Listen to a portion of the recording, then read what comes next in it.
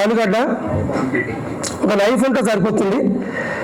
ఇక్కడ మీరు గమనించవలసింది ఏంటంటే ఇదొక ఎర్త్ అనుకుంటే, భూమి అనుకుంటే, ఈ భూమిని మనము 4 ముక్కలుగా కట్ చేద్దాం.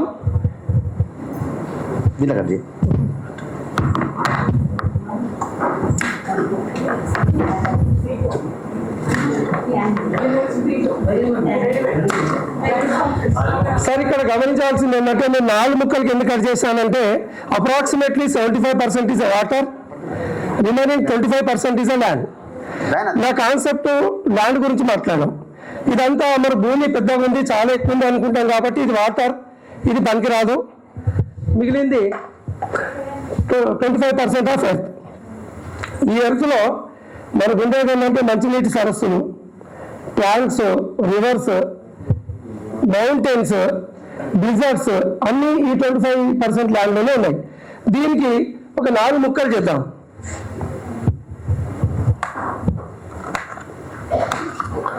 ఈ 4 ముక్కల్లో ఇది డిజర్ట్స్ అనుకుంటే, ఇది రివర్స్ కానీ మంచినీటి సరస్సులు అట్లాంటివి తీసుకున్నాం. ఇది అర్బనైజేషన్, ఇండస్ట్రియల్ ప్లాట్స్ అయిపోయినాయి ఇప్పటికే. మనం హైదరాబాద్ లేదా సిద్దిపేట లాంటి పట్టణాల చుట్టూ 50 కిలోమీటర్ల దాకా కూడా ప్లాటింగ్ జరగడం జరిగింది. ఇక్కడ ఎట్లాంటి అగ్రికల్చర్ యాక్టివిటీస్ జరగట్లేదు. ఇక మిగిలింది కల్టివేట్ ల్యాండ్ అనేది ఇది మిగిలిపోయింది. అంటే ఇప్పుడు పంట పండడానికి కావాల్సిన సాయిల్ అనేది ఇందులో ఉంది.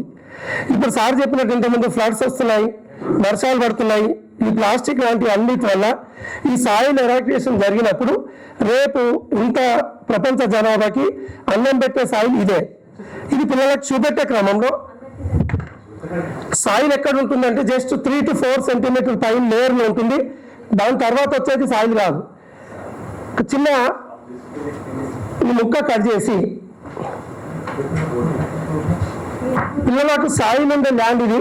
ఇందులో ఆల్రెడీ 50% పనికి రాకుండా వెళ్ళిపోయింది. ఫెర్టిలైజేషన్ కావచ్చు, పెస్టిసైడ్స్ కావచ్చు, లేకుంటే అది ఉపయోగం లేని భూమి కూడా కావచ్చు. మిగిలింది దిస్ పర్సెంటేజ్ అంటే 1/32% ఆఫ్ కల్టివేట్ ల్యాండ్. ఈ సాయిల్ మిగిలిపోయింది, దీన్ని ఎలా కాపాడదాం అని పిల్లల్ని క్వశ్చన్ చేయగలిగితే ద ఇంపార్టెన్స్ ఆఫ్ సాయిల్ అనేది వాళ్ళకి అర్థమవుతుంది.